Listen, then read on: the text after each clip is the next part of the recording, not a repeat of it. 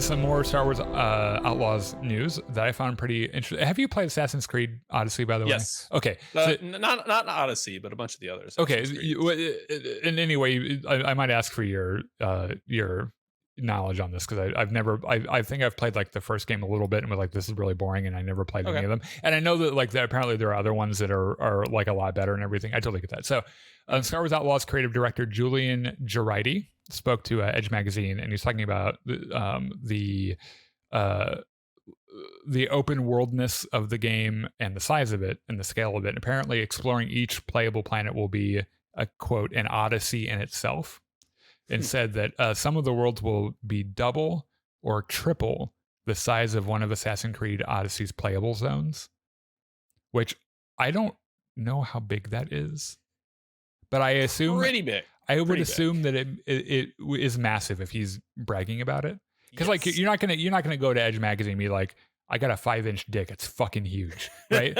And like 5 inches, like that's not, that's fine, but it's like you're not gonna go to a magazine and brag about it, right? Mm-hmm. So I assume that if he's bragging about it to Edge magazine, like that's a really big fucking dick map, whatever the fuck we're going with this.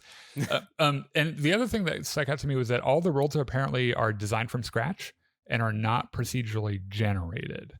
So, however, so like in Elite Dangerous or No Man's Sky, you can land on a planet and explore the entire planet, right? Yes. And it's procedurally generated, which means that every world it takes a bunch of parameters that it knows already, puts them together, and makes a new thing, right?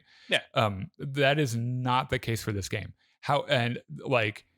The way they do planets is different too. You can't explore the entire planets. There are only like a few locations that you can go.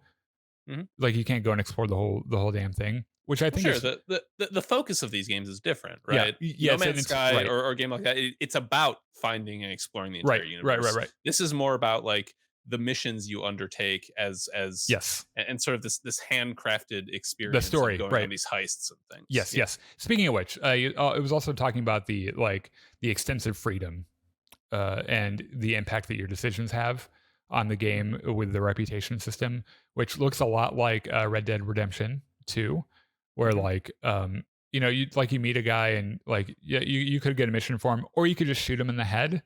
Mm-hmm. And then have the cops after you, and then everyone's like, "Oh, you just shot a guy in the head. That's fucking terrible." And at the end of the game, there